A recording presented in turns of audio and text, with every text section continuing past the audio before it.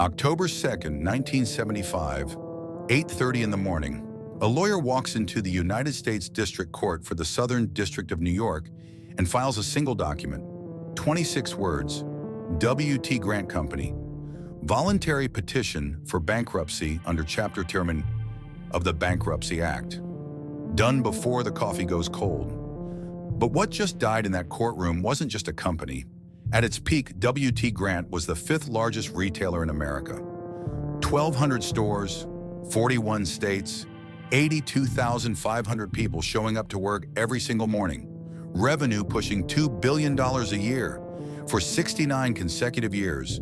Through the Great Depression, through 2 world wars, through 15 presidents, this company had never once posted an annual loss. Not one. Then a lawyer filed a piece of paper, and within 6 months, every last store was dark. Here's what nobody could explain at the time. W.T. Grant wasn't killed by a recession. It wasn't killed by foreign competition. It wasn't even killed by a rival. It was killed by its own management, deliberately, slowly, over an entire decade, and they knew exactly what they were doing. This is how one of the greatest retail empires in American history chose to destroy itself, and what it cost the people who never got a vote. Lynn, Massachusetts, 1906. William Thomas Grant was 30 years old, and he had nothing except an idea. He had spent his entire working life watching other men run stores, watching what customers picked up, what they put back down, what made them feel welcome, and what made them feel like they didn't belong. He had worked as a shoe salesman, a dry goods clerk, a floor manager for someone else's dream. And somewhere in all those years behind someone else's counter, he arrived at a conclusion so simple it bordered on obvious. And yet nobody had built an entire business around it. Give ordinary people honest goods at honest prices. No haggling, no fine print, no shame. He opened his first store on a Monday. He called it the W.T. Grant Company 25-cent store. Everything in the building cost a quarter. You walked in, you picked it up, you paid your 25 cents, and you walked out with your dignity intact. No one looked at you differently based on what you could afford, because everyone could afford the same thing. By Friday, he was reordering stock. The model worked because it respected the customer. Working families, the people who couldn't shop at the grand department stores, who felt invisible in the world of retail, found in Grant stores something they hadn't expected, to be treated like their money mattered. Because at 25 cents a transaction, their money was exactly what kept the lights on. Grant expanded carefully through the 1910s and into the 1920s. By 1921, he had opened his 43rd location, a store in Pittsfield, Massachusetts, that would eventually become a model for the entire chain.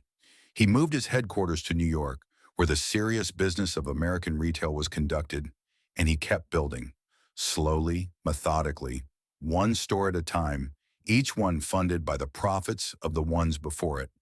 The philosophy was elegant: thin margins, fast inventory turns, high volume. Don't try to make a lot of money on any single sale. Make a little money on an enormous number of sales.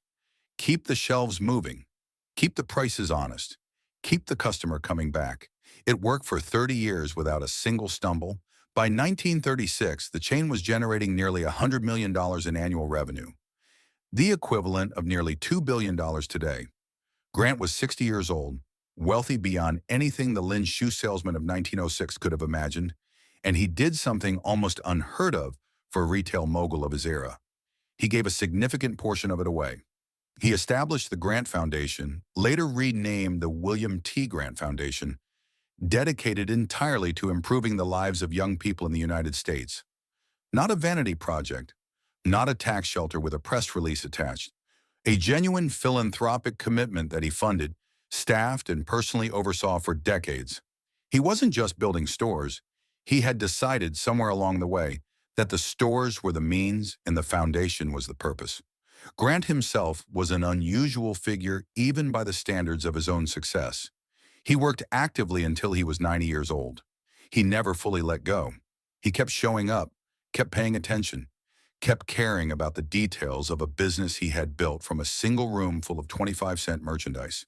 He served as chairman, then in an honorary capacity, right up until the end. He died in 1972. He was 96 years old. By then, the chain that bore his name had grown to nearly 1,200 locations across 41 states, one of the largest retail footprints in American history.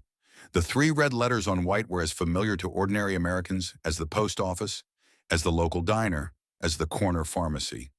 You knew where your nearest Grant's was. You had probably shopped there last week. William Thomas Grant never saw what happened next.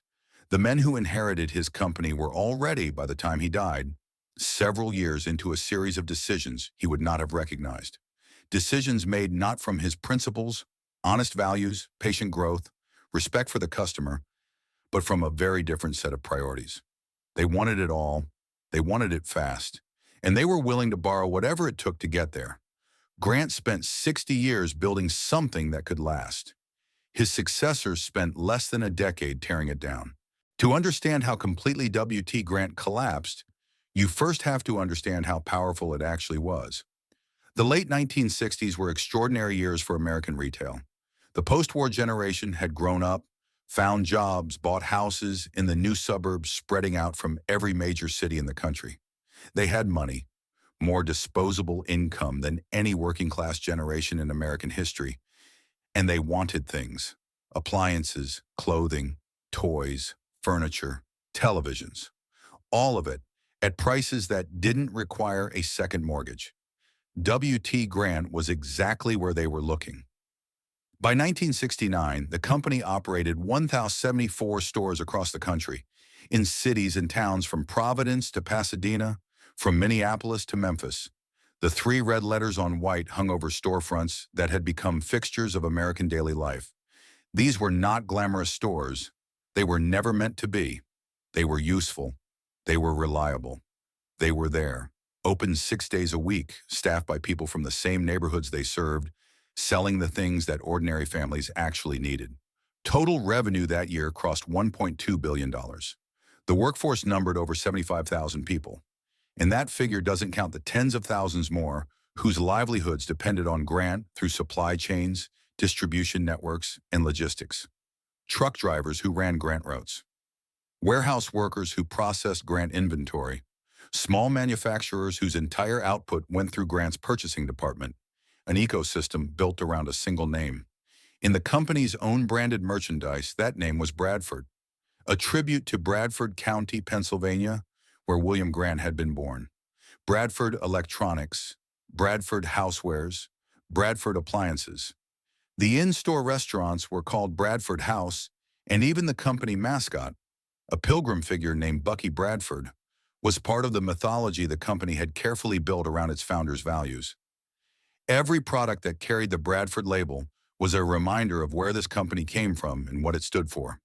The flagship format of this era was Grant City, large suburban department stores, some running to 100 square feet, designed for the shopping centers multiplying across the American landscape.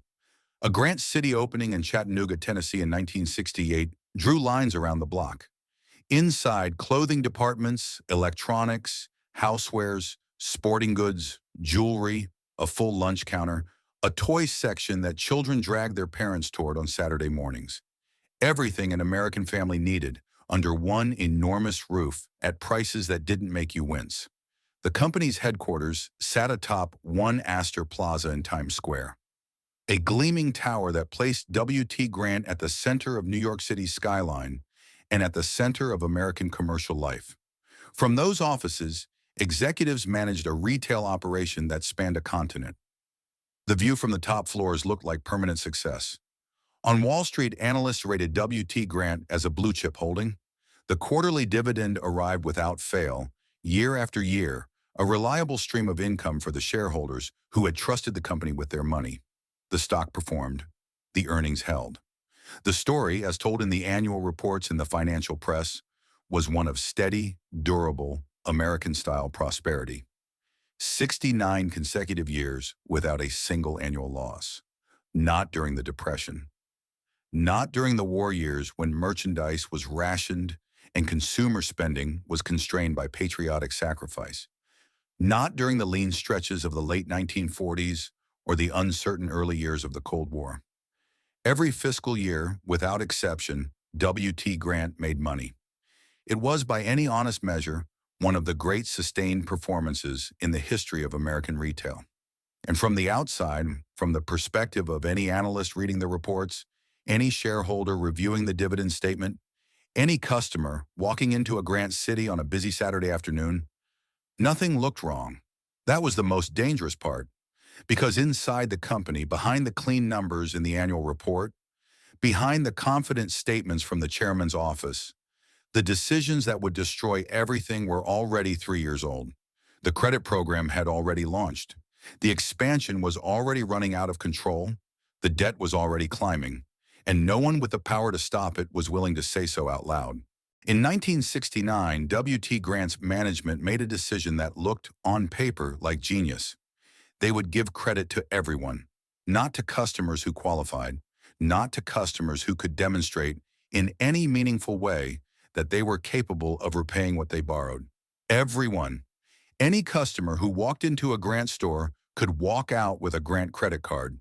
No credit check, no income verification, no questions asked. The application took 3 minutes. The approval was essentially automatic. And to make sure the cards moved fast, management built an incentive directly into the sales floor. Every clerk, every cashier, every floor associate who signed up a new cardholder received $1 on the spot. In 1969, that was real money for a retail worker. The message from the top was unmistakable. Push the cards, hit your numbers, keep the accounts coming. The logic behind it was seductive, and in the context of 1969, not entirely unreasonable. The American economy was booming. Consumer confidence was near historic highs. Default rates on small retail loans were minimal. Rival chains were expanding their own credit programs, and Grant's management had watched with considerable envy the loyalty that a branded credit card generated for competitors. A customer who carried a Grant card would shop at Grant. They would come back for the larger purchases, the televisions, the appliances, the furniture that required financing. They would spend more per visit, more per year, more over a lifetime of brand loyalty than any cash customer ever would. It worked, immediately and dramatically. Account sign-ups surged across all 1,000 plus locations. Sales of higher-priced merchandise jumped. The credit program produced exactly the short-term revenue bump that management had projected. In the boardroom, it looked like a masterstroke. Grant had finally cracked the code that Sears and J.C. Penney had been using for years to lock in customer loyalty. What the revenue numbers didn't show was what was accumulating in the back offices. There was no centralized system for tracking credit accounts across the chain. Each store's credit manager operated in complete isolation. No shared database, no cross-referencing between locations, no way to flag a customer who had already maxed out accounts in 3 other cities. A customer could walk into a Grant store in Pittsburgh, open a credit account, drive to Cleveland, open another one, and continue across the country with no one at corporate ever connecting the dots. The accounts existed on paper ledgers in individual back rooms, reviewed by individual managers operating under individual pressures to keep the sign-up numbers climbing. And the approval standards, even within a single store, were extreme by any reasonable measure. Credit managers were not underwriters. They were retail employees handed a quota and a rubber stamp. The minimum repayment terms Grant offered were so low that a customer could carry a balance for years while technically remaining current, accumulating interest, accruing fees, drifting further and further from any realistic path to repayment. When the economy began to slow in 1970 and 1971, the defaults came. Quietly at first, a missed payment here, a closed account there, numbers that could be explained away as statistical noise in an otherwise healthy portfolio. But by 1972, the noise had become a pattern. And by 1973, the pattern had become a crisis. Uncollectible accounts were piling up in back offices across the country. Store managers filed reports. District managers escalated the numbers. And somewhere in the chain, between the store level and the executive floor at One Astor Plaza, the information was received, acknowledged, and buried. Because acting on it would have required admitting the losses. And admitting the losses would have meant cutting the dividend. And cutting the dividend would have meant telling shareholders and the analysts who covered the stock and the press that reported on it that the 69-year winning streak was over, that the blue chip story had developed a crack, that W.T. Grant was not, in fact, the institution it appeared to be. No one at the top was willing to make that call, so the credit program kept running. The applications kept being pushed across checkout counters. The clerks kept collecting their dollar per sign-up bonuses, and the bad debt kept growing, month by month, quarter by quarter, in the back rooms of stores from Maine to California, hidden from the balance sheet by accounting treatments that made the receivables look healthier than they were, and hidden from the public by a management culture that had decided collectively that the appearance of health was more important than the reality of it. Daniel managed a mid-sized Grant City in western New York. He had been promoted 3 times in 12 years. By his district manager's own assessment, he was one of the best operators in the region. He had also been watching the credit program destroy his store from the inside. Month after month, he submitted reports showing a growing backlog of uncollectible accounts. Month after month, he escalated them to the district office. Month after month, the response came back. Continue the program. Hit your sign-up targets. By 1973, the uncollectible accounts in Daniel's store alone had crossed $200,000. He put the request in writing, formal, documented, undeniable. He asked for authorization to stop accepting new credit applications. The authorization was denied. At the exact moment the credit program was quietly generating losses that management refused to acknowledge, W.T. Grant's leadership made a second decision that compounded the first into something catastrophic. They decided to accelerate expansion. Between 1969 and 1973, the company opened 376 new stores in 4 years. Not 376 stores spread carefully across markets that had been researched, tested, and confirmed. 376 stores opened at a pace that left no time for any of them to find their footing. On one particularly frenetic day in this period, 15 new Grant locations opened simultaneously across the country. 15 ribbon cuttings, 15 new payrolls, 15 new leases, 15 new stores that would need years to become profitable, all on the same morning. The retail industry had a well-understood rule of thumb, established through decades of experience. New chain stores almost never turn profitable within their first 3 to 4 years of operation. They need time. Time to build customer awareness, time to optimize their product mix for the local market, time to develop the repeat visit loyalty that turns a new location into a genuine asset. Grant's management knew this rule. They ignored it. By 1973, nearly half of all W.T. Grant stores had been open for fewer than 5 years.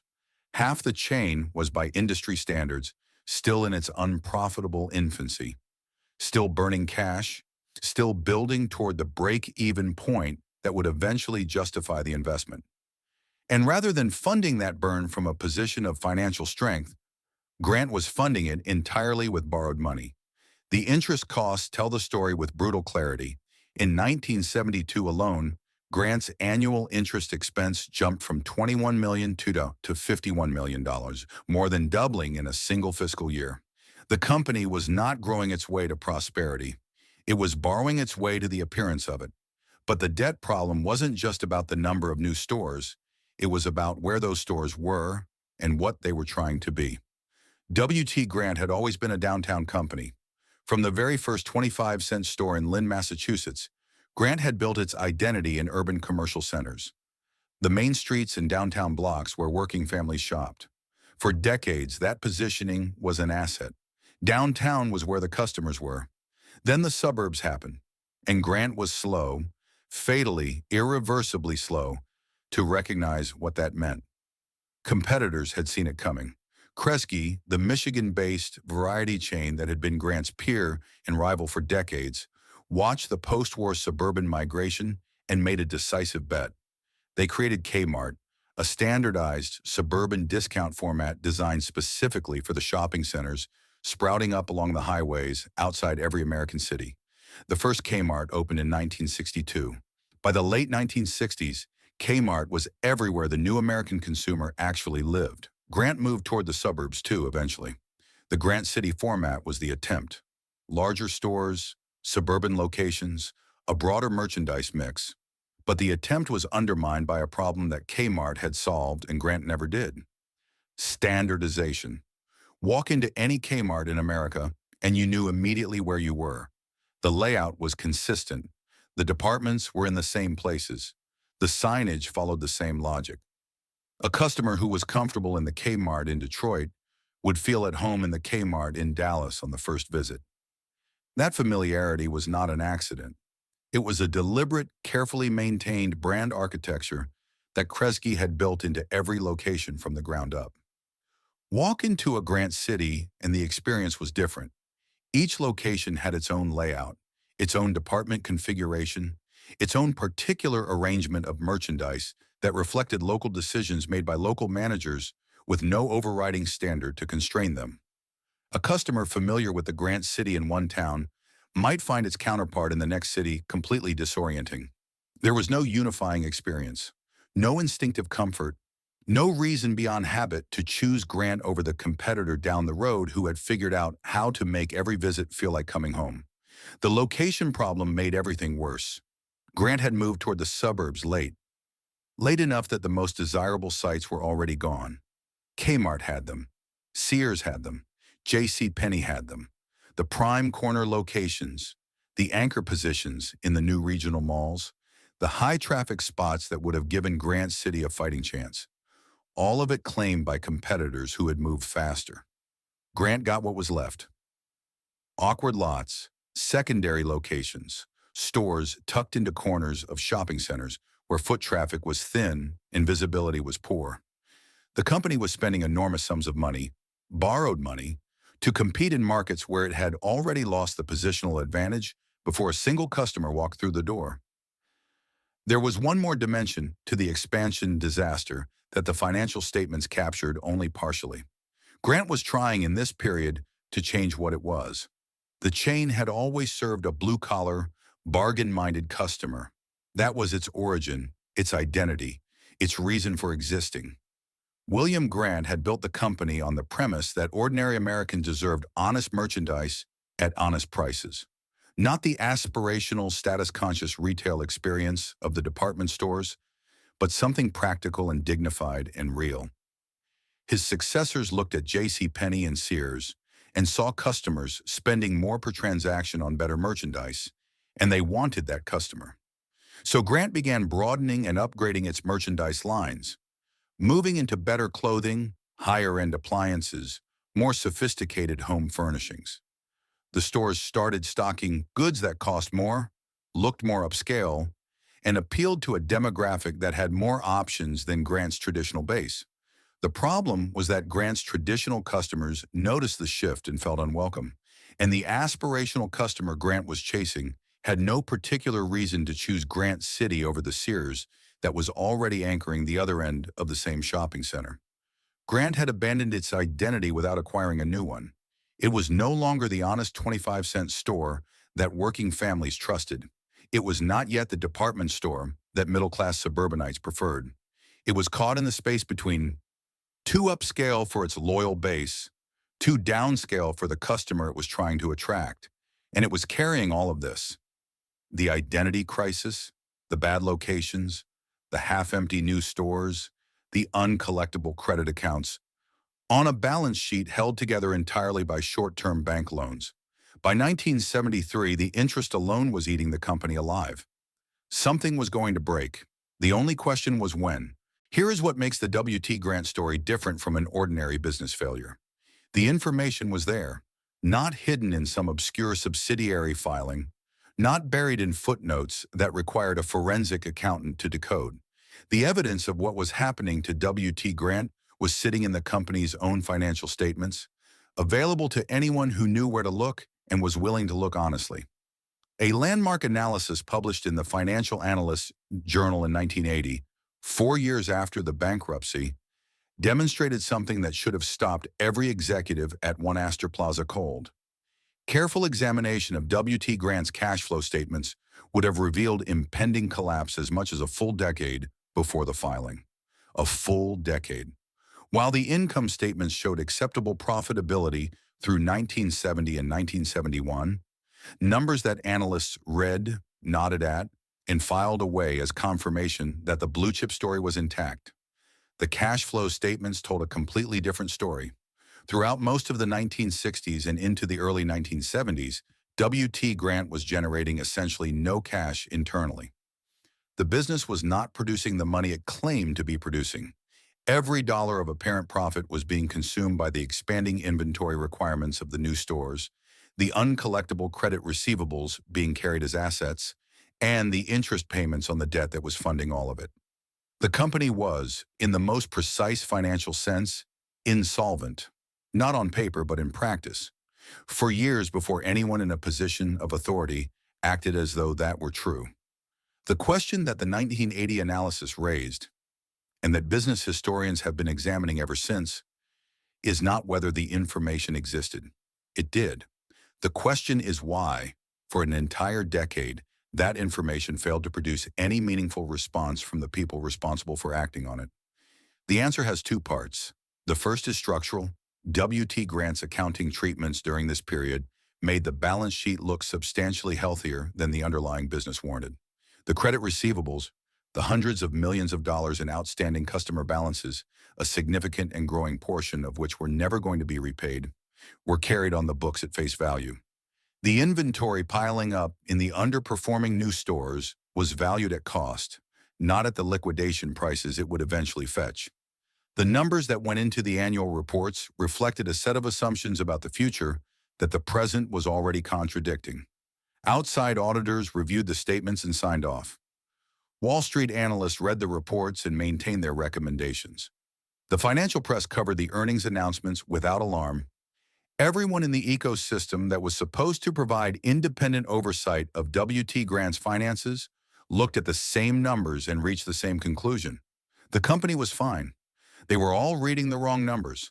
The second part of the answer is cultural, and it is the part that cuts deepest. Inside the company, the people closest to the actual operations knew exactly what was happening. Daniel, the store manager in Western New York, had been submitting reports about uncollectible credit accounts since 1971. He was not alone.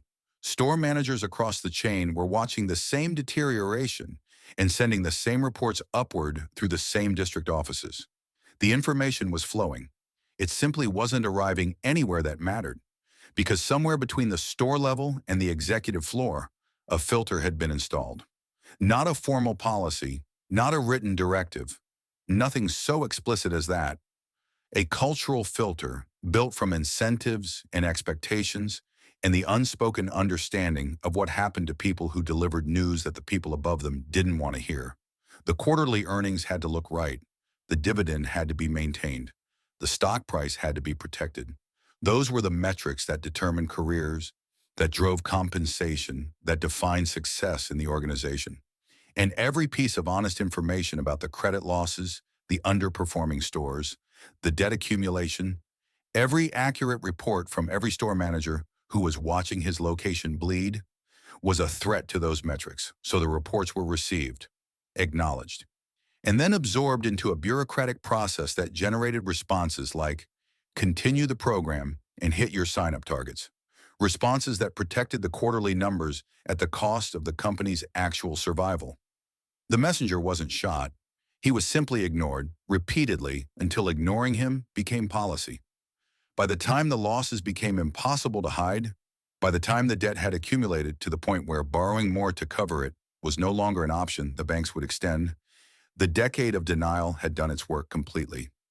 In fiscal year 1974, W.T. Grant reported a loss of $175 million. In 69 years of unbroken annual profitability, the company had never once posted a loss. Not during the Depression, not during the war. Through every economic cycle, every competitive challenge, every shift in the retail landscape, the earnings had held. They held right up until the moment they collapsed entirely. Chairman James G. Kendrick delivered the news after a grim meeting with the company's bankers at the Times Square headquarters. The same gleaming offices that had projected confidence and permanence just a few years earlier. The announcement confirmed what the cash flow statements had been whispering for 10 years. The story was over. To clear the surplus inventory rotting in mismanaged stores, The company had slashed prices by as much as 50% in the weeks before Christmas 1974. The shelves emptied. Revenue fell anyway, down 5% in dollar terms, because the merchandise was moving at half price. They were burning inventory for cash, and the cash wasn't enough to cover what was coming due. Kendrick announced that at least 126 of the company's 1,182 stores would close immediately. 1,600 of its 82,500 employees would be released before New Year's Day. 12,600 people. Pink slips before the holidays. For decisions made years earlier in boardrooms they had never entered, by executives they had never met. The dividend, the sacred quarterly payment that management had borrowed hundreds of millions of dollars to protect, was finally cut. Too late to save anything. Just in time to confirm that everything the honest reports had been saying for a decade was true. Numbers tell you the scale of a collapse. People tell you what it actually cost. By the time W.T. Grant filed for bankruptcy in October 1975, the story had already been reduced in most of the financial press to a sequence of figures. $1 billion in liabilities, 1,200 stores, 82,500 jobs, the second largest retail bankruptcy in American history. Clean, quantifiable, abstract. But behind every one of those numbers was a person who had shown up to work that morning without knowing what was coming. A person who had built something, a career, a business, a livelihood, around the assumption that W.T. Grant would be there tomorrow the way it had been there yesterday. 3 of those people. Margaret, 22 years behind the register. Margaret had worked the register at a Grant City in suburban Ohio since 1952. She had been there before the store was a Grant City, back when it was a smaller downtown location, before the move to the new suburban building that had felt, at the time, like the future arriving right on schedule. She had trained cashiers who now had children of their own. She knew the store's inventory the way a librarian knows a collection.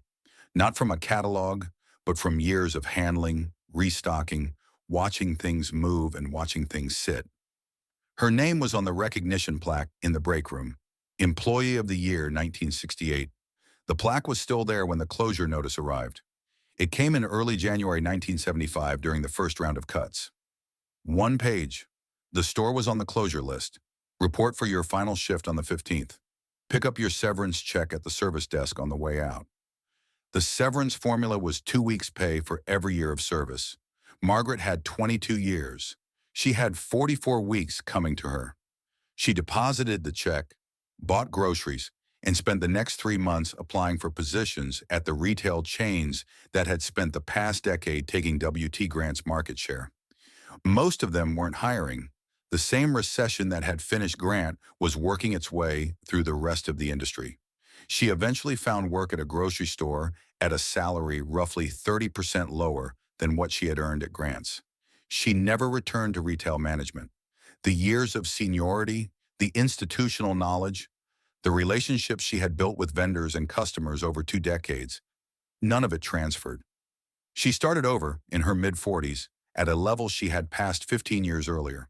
She told a local newspaper some months after the closure. It wasn't the same.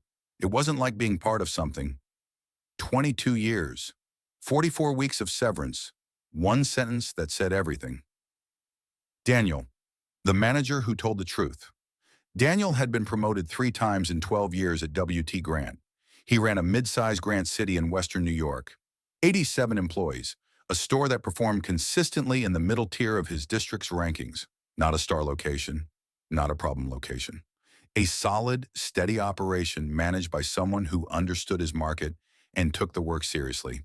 He had also, since 1971, been documenting and writing exactly how the credit program was destroying his store from the inside. The reports were specific and consistent. Quarter after quarter, the uncollectible accounts grew. Quarter after quarter, Daniel submitted the numbers with the same recommendation. The credit approval process needed to be tightened or suspended entirely before the bad debt made the store unviable. Quarter after quarter, the district office sent back the same response. Continue the program. Hit your sign-up targets. By 1973, the uncollectible accounts in Daniel's store alone had crossed $200,000. He escalated beyond the district level. He put the request in writing, formal and documented, with 12 quarters of supporting data. He asked, directly and explicitly, for authorization to stop accepting new credit applications at his location. The authorization was denied. He kept the denial on file. He kept every report he had ever submitted. Not out of any expectation that they would protect him. He understood by then that protection was not the point. He kept them because he believed, with the particular stubbornness of someone who has been ignored for years, that the record should exist somewhere. When the bankruptcy was announced in October 1975, Daniel called a store meeting before the official notification reached his location. He stood in front of his 87 employees, the cashiers, the stockworkers, the department leads, the part-timers who had been there for years, and he told them what was happening and what it meant for their jobs in plain language before the corporate memo arrived. He thought they deserved to hear it from him. "I knew it was coming," he said afterward to anyone who asked. "I just didn't think they'd let it go this long." He found work within 6 months, managing a smaller independent hardware chain in the same region. It was a significant step down in scale. He took it without complaint. He brought his files with him, all 12 quarters of reports, all the denial letters, the whole documented history of a man who had tried to stop something and been told repeatedly to look the other way. He kept them in a box in his office for the rest of his career. Patricia, the supplier who never got paid. Patricia ran a small textile manufacturing operation in North Carolina. 34 employees, 2 industrial sewing lines, a modest building on the edge of a town that had been quietly prosperous for as long as anyone could remember. She had supplied W.T. Grant for 11 years. Blouses, house dresses, basic women's clothing, practical, affordable garments that moved consistently off Grant's racks because they were exactly what Grant's customers needed. W.T. Grant was Patricia's largest single customer by a significant margin, accounting for roughly 40% of her annual revenue. When the bankruptcy petition was filed in October 1975, Patricia had 3 outstanding invoices with Grant, totaling just over $180,000. She filed a creditor claim in the bankruptcy proceedings. She retained a lawyer. She attended hearings. She waited. The bankruptcy estate took months to work through. The hierarchy of creditors was extensive and contested. The banks first, then the senior bondholders, then the subordinated debt holders, and somewhere near the bottom of that list, the unsecured trade creditors, the suppliers like Patricia, who had shipped merchandise to Grant stores on standard net 60 terms and were now learning in federal bankruptcy court exactly what that trust had been worth. In the final settlement, unsecured creditors received a recovery that amounted to cents on the dollar. Patricia's $180,000 in outstanding receivables returned approximately $12,000 after legal costs were subtracted. $12,000 on $180,000 owed. She laid off 19 of her 34 workers in 1976. The factory floor that had run 2 full shifts during the Grant years went to 1 shift, then intermittent. She spent the next 5 years trying to replace the revenue that Grant had represented, chasing smaller orders from smaller buyers, accepting worse terms, working margins that left no room for error. She sold the factory in 1981 at a significant loss. The building was converted to storage. W.T. Grant didn't just go bankrupt, she said years later. They took us down with them. She was not wrong. Patricia's factory was one of hundreds of small businesses across W.T. Grant's supply chain. Manufacturers, distributors, service providers, small vendors of every description that absorbed losses they had not anticipated and had no mechanism to recover from. The bankruptcy filing was a single event on a single day in October 1975. Its consequences spread outward through the economy for years in ways that never made the financial press and never appeared in the summary statistics of the collapse. Margaret lost a career she had spent 22 years building. Daniel spent 4 years trying to prevent a disaster and watched it happen anyway. Patricia lost a business her family had operated for over a decade. None of them made the decisions that destroyed W.T. Grant. None of them had a seat in the boardroom, a vote on the credit program, a voice in the expansion strategy. They showed up, did their jobs, trusted the institution, and paid the price for choices made far above them by people who never had to look them in the eye. That is what a corporate collapse actually costs. Not the $1 billion in liabilities, the people. By the autumn of 1975, the pretense was finished. The $175 million loss of fiscal year 1974 had been followed by continued deterioration through 1975. The bank loans that had been funding operations, expansion, and dividend payments had reached a level that the banks themselves were no longer willing to extend without court protection. The credit receivables, the $276 million in outstanding customer balances that had been carried on the books as assets, were, in the honest assessment of anyone who examined them closely, worth a fraction of their stated value. On October 2, 1975, W.T. Grant Company filed a voluntary petition for an arrangement under Chapter 15 of the Bankruptcy Act in the United States District Court for the Southern District of New York. The liabilities exceeded $1 billion. It was, at that moment, the second largest bankruptcy filing in American history, surpassed only by the collapse of Penn Central Transportation in 1970. The financial press covered it extensively. Analysts revised their ratings. The stock, already diminished, fell further. But inside the company, there was still, somehow, a belief that this was not the end. The Chapter 15 filing was a reorganization mechanism, not a liquidation order. The theory was survival: negotiate with creditors, restructure the debt, close the worst-performing stores, and emerge on the other side as a smaller but viable operation. Management presented a plan: a leaner W.T. Grant, concentrated in the northeastern United States, operating perhaps 400 locations, stripped of the failed expansion stores and the toxic credit portfolio. Focused, regional, manageable. Chairman Kendrick and his team took this plan to the creditors with the particular conviction of people who had spent a decade refusing to see clearly and had not yet fully broken the habit. The court allowed the company to continue operating under protection while the negotiations proceeded. Stores kept their doors open. Employees kept showing up. The Grant sign stayed illuminated over the storefronts of a chain that was, in every meaningful sense, already dead, sustained only by the procedural momentum of the bankruptcy process and the fading hope that someone would find a way to make the numbers work. Through November and December of 1975, Grant executed a dramatic contraction. Hundreds of stores were closed in rapid succession. The newest locations, the worst performers, the Grant City stores in secondary markets that had never found their footing. The chain shrank from over 1,000 locations to 359 remaining stores, concentrated in the markets where Grant's historical presence was strongest. In Rochester, New York, a city where Grant had operated since 1925, where 3 generations of local families had bought their school clothes and Christmas gifts and first televisions, the remaining store's merchandise was consolidated into 3 clearance centers.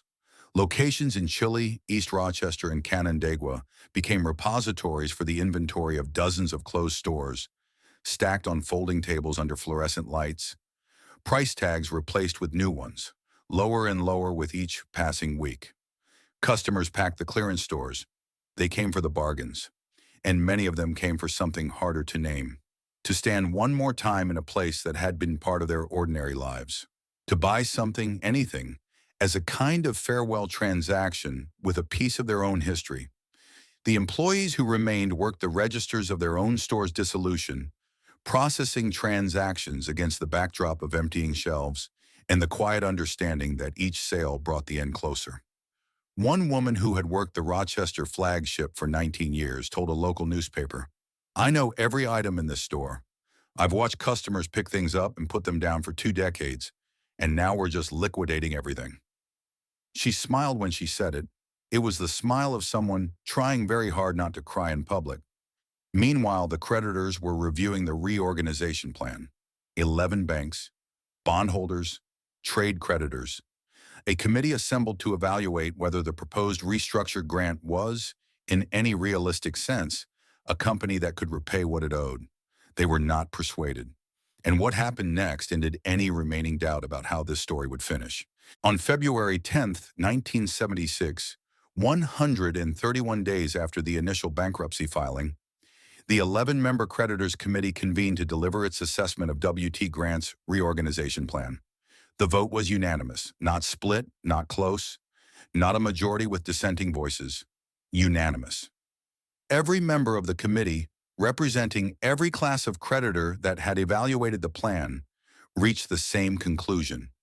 The proposed restructured WT Grant Company offered no adequate assurance of repayment. The numbers did not support the projections. The plan was not viable.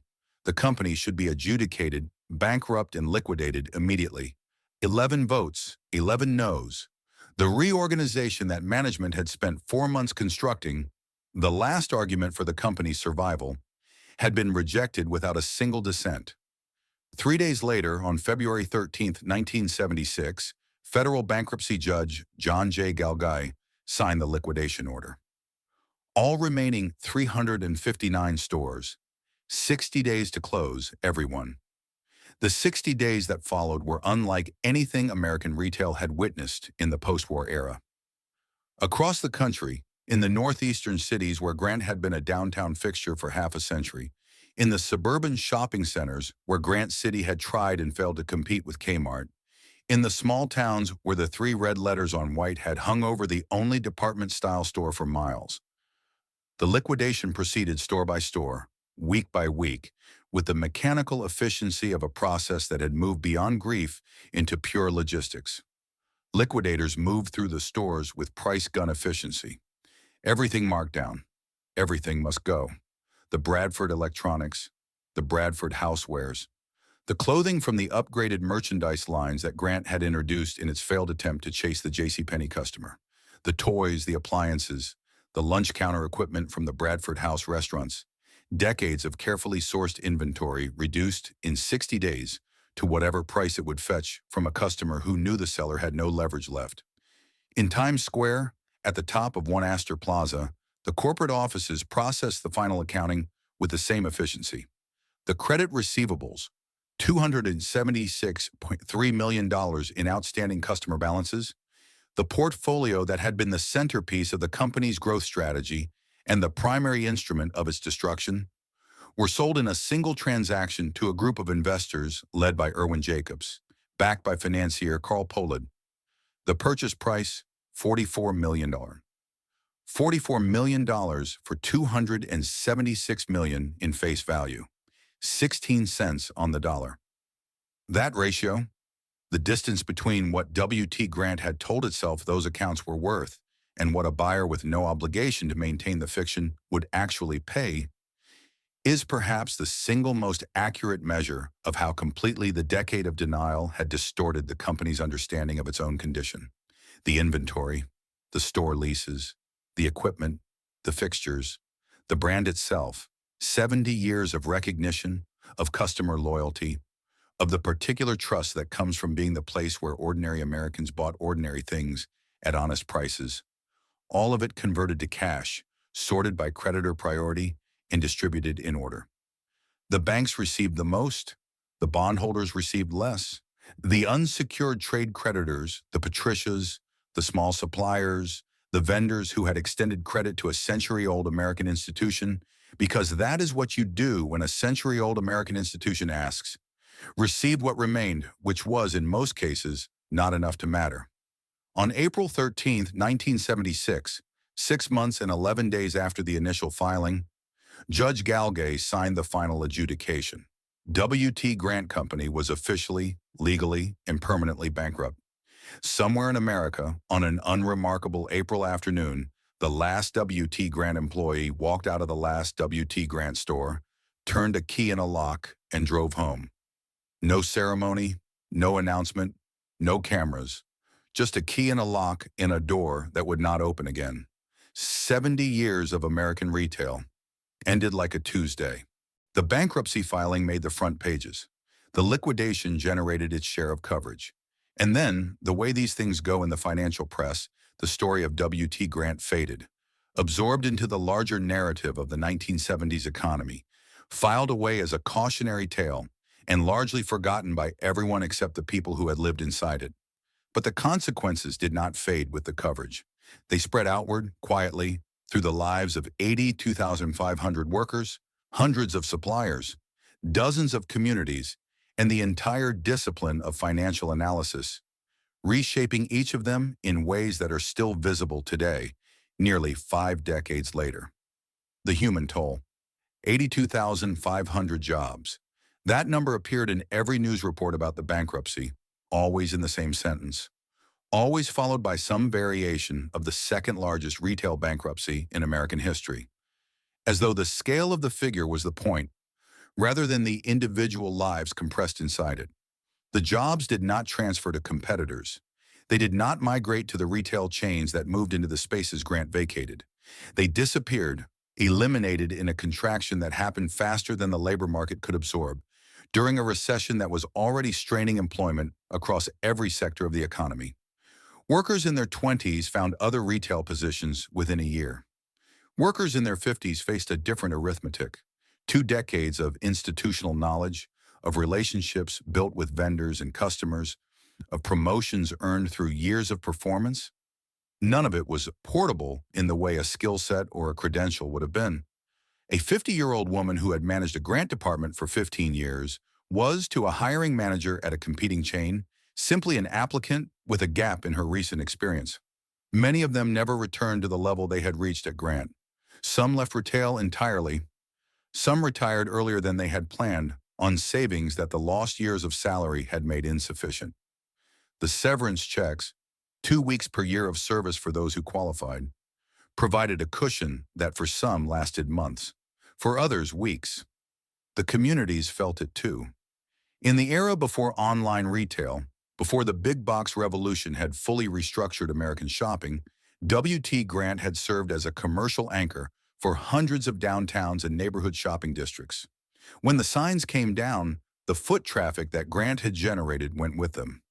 Adjacent businesses, the diners, the shoe repair shops, the small retailers that had clustered around Grant's customer flow for decades, lost the gravitational pull that had made their locations viable.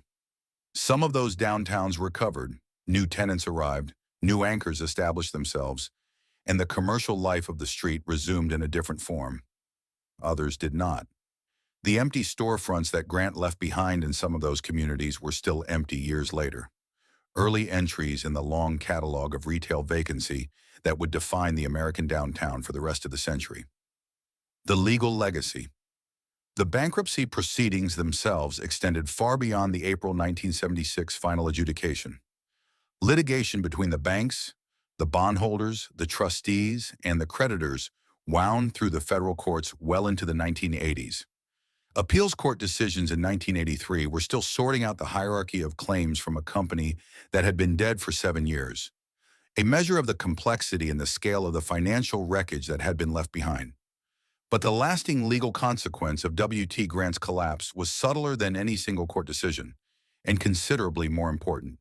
For most of the 20th century, American corporate law operated on a model in which company directors owed their primary obligation to the company itself: its operations, its employees, its customers, its long-term viability. Shareholders mattered, but they were not necessarily the first or final constituency. Management had broad discretion in how they ran the business, and the expectation was that they would use that discretion in the company's best long-term interest.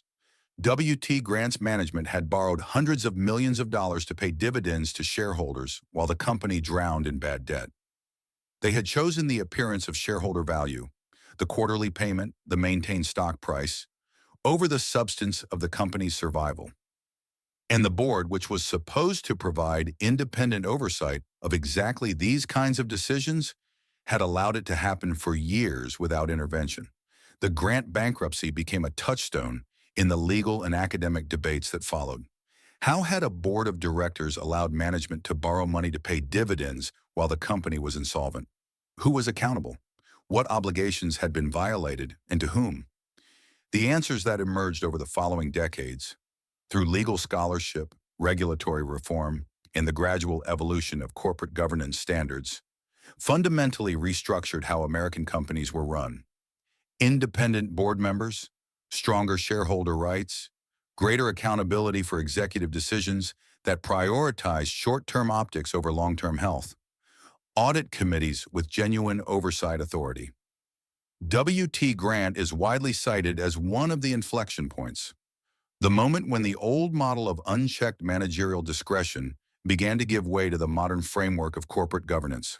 The company that had tried to protect its shareholders by maintaining the dividend at any cost had produced, through its failure, legal changes that gave shareholders far more power to prevent exactly that kind of decision from being made. The irony is precise and complete. The academic legacy. For the world of financial analysis, W.T. Grant became something rarer than a cautionary tale. It became a foundational teaching case, one of those uncommon failures so perfectly illustrative of its own lessons that it survived in institutional memory long after the institution itself had vanished.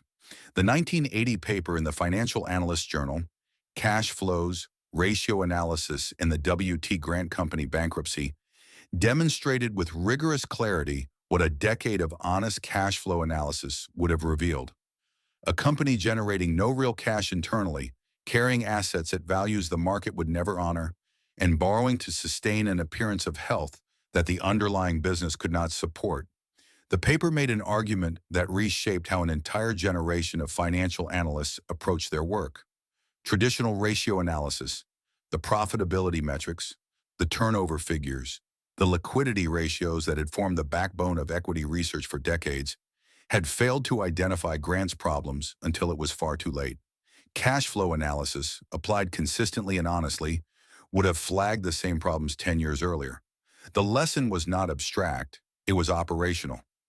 Look at the cash, not the earnings. A company can be simultaneously profitable on paper and terminally ill in practice. The income statement is a story that management tells. The cash flow statement is what actually happened.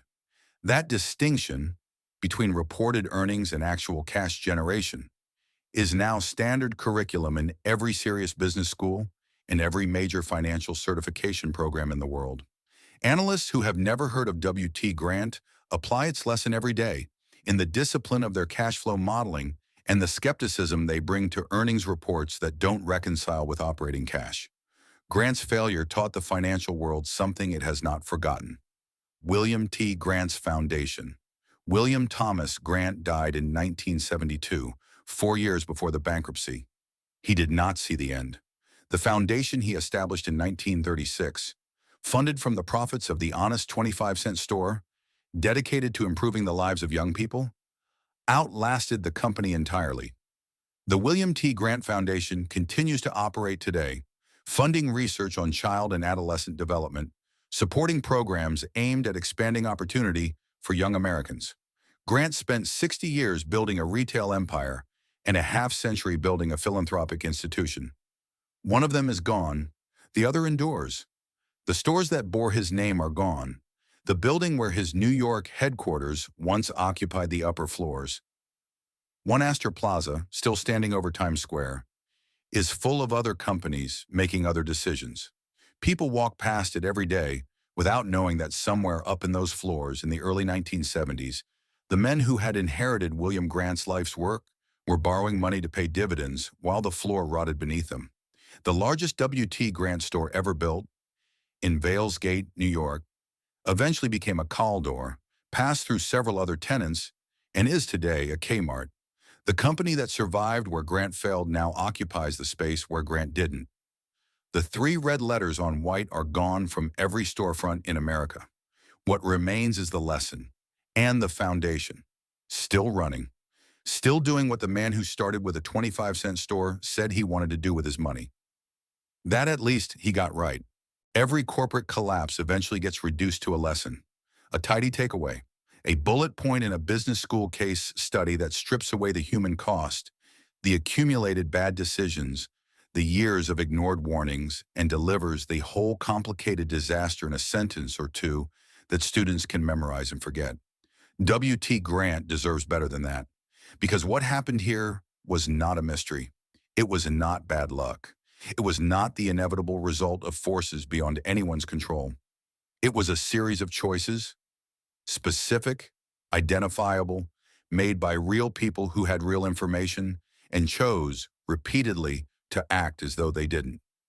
That is worth examining honestly, not to assign blame to men who are long gone, but because the choices that destroyed W.T. Grant are not historical artifacts. They are being made right now in boardrooms and regional offices and storeback rooms across the country by people who have never heard of W.T. Grant and are therefore free to repeat every mistake it made. The first lesson: cash flow is the truth. Everything else is a story. W.T. Grant reported profits for most of its final decade. It paid its dividend. It declared success in its annual reports and its chairman's letters and its conversations with Wall Street analysts who were happy to take the numbers at face value. None of that was the truth. The truth was in the cash flow statements, the documents that received the least attention, that generated the least discussion, that were treated as technical appendices to the real financial story, rather than as the only part of the financial story that actually mattered. The income statement is what a company says happened. The cash flow statement is what actually happened. When those two documents tell different stories, when a company is reporting profits while generating no cash internally, one of them is lying. It is always the income statement. W.T. Grant's cash flow statements were telling the truth for a decade before anyone in a position to act chose to listen. By the time the income statement caught up with reality, there was nothing left to save. The second lesson: growth is not the same thing as health. Between 1969 and 1973, W.T. Grant opened 376 stores. Press releases celebrated the expansion. Analysts noted the growing store count approvingly. Inside the company, the pace of new openings felt like momentum, like a business surging forward on the strength of its own success. It was debt dressed up as growth. Every one of those 376 stores required capital to open, inventory to stock, staff to hire, and years to become profitable. Years during which the store was a net drain on the company's resources. When nearly half your locations are too new to be making money, you do not have a growing business. You have an enormous collection of liabilities with storefronts attached, funded entirely by short-term borrowing at interest rates that were quietly eating the company alive. Growth feels like winning. That feeling is one of the most dangerous sensations available to a management team because it tends to crowd out the questions that winning doesn't seem to require.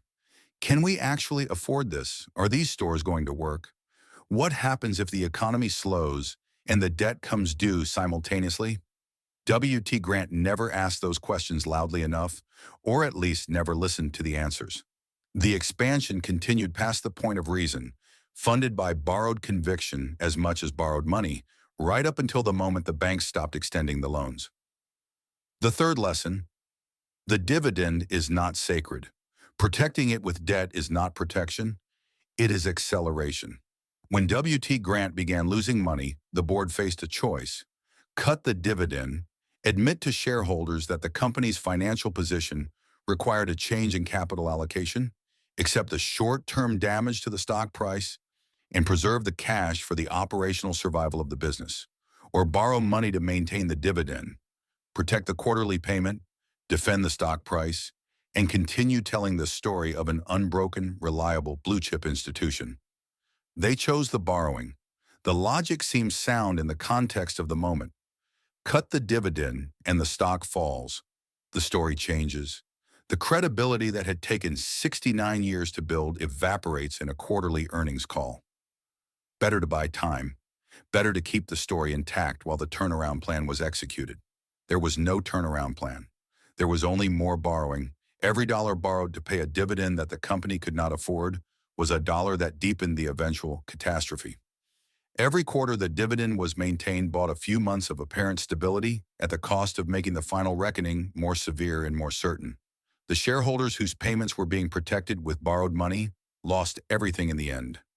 Not just the dividends, but the principal, the entire value of their investment, liquidated at bankruptcy prices after years of management decisions that had prioritized their quarterly check over the company's survival. They were not protected. They were simply the last to know. The fourth lesson: bad news must have a clear path upward. When it doesn't, the organization is already dying. Daniel submitted his reports. His district manager received them. Someone above the district manager received the escalations. And at each level of the organization, the information that should have triggered a response, should have prompted a serious examination of whether the credit program was viable, whether the expansion was sustainable, whether the company's apparent health reflected anything real, was processed, acknowledged, and filed away without producing any meaningful action. The information existed. What did not exist was the organizational culture in which delivering that information was safe, valued, and consequential. A company that shoots the messenger does not stop receiving bad news. It stops receiving bad news in time to act on it. The bad news continues accumulating in the back offices of stores managed by people like Daniel, documented, escalated, and ignored, until it becomes impossible to hide. By that point, the period during which action could have changed the outcome has long passed. W.T. Grant did not fail because the information was unavailable. It failed because the culture had made honesty structurally dangerous, and by the time the consequences of that culture were undeniable, there was nothing honest accounting could do except confirm the size of the wreckage. There is a photograph from the late 1950s taken inside a W.T. Grant store on a Saturday afternoon in New England. The store is packed, mothers with children, older couples moving slowly through the housewares section, teenagers at the record counter. The lighting is warm, the shelves are full, the staff move efficiently through the aisles in their uniforms, helping customers, doing the ordinary work of retail with the quiet competence of people who have done it 1,000 times and expect to do it 1,000 more. It looks like a photograph of something permanent. W.T. Grant survived the Great Depression. It survived 2 world wars. It survived 15 presidents, half a dozen recessions, and 70 years of competitive pressure from every direction. Its founder built it on a premise so simple it almost doesn't qualify as a strategy. Give ordinary people honest goods at honest prices, treat them with respect, and they will come back. For 69 years, he was right. Then the founder stepped away. Then the men who replaced him made different calculations. They calculated that the appearance of health was more valuable than the reality of it. They calculated that the quarterly dividend was worth more than the long-term survival of the institution.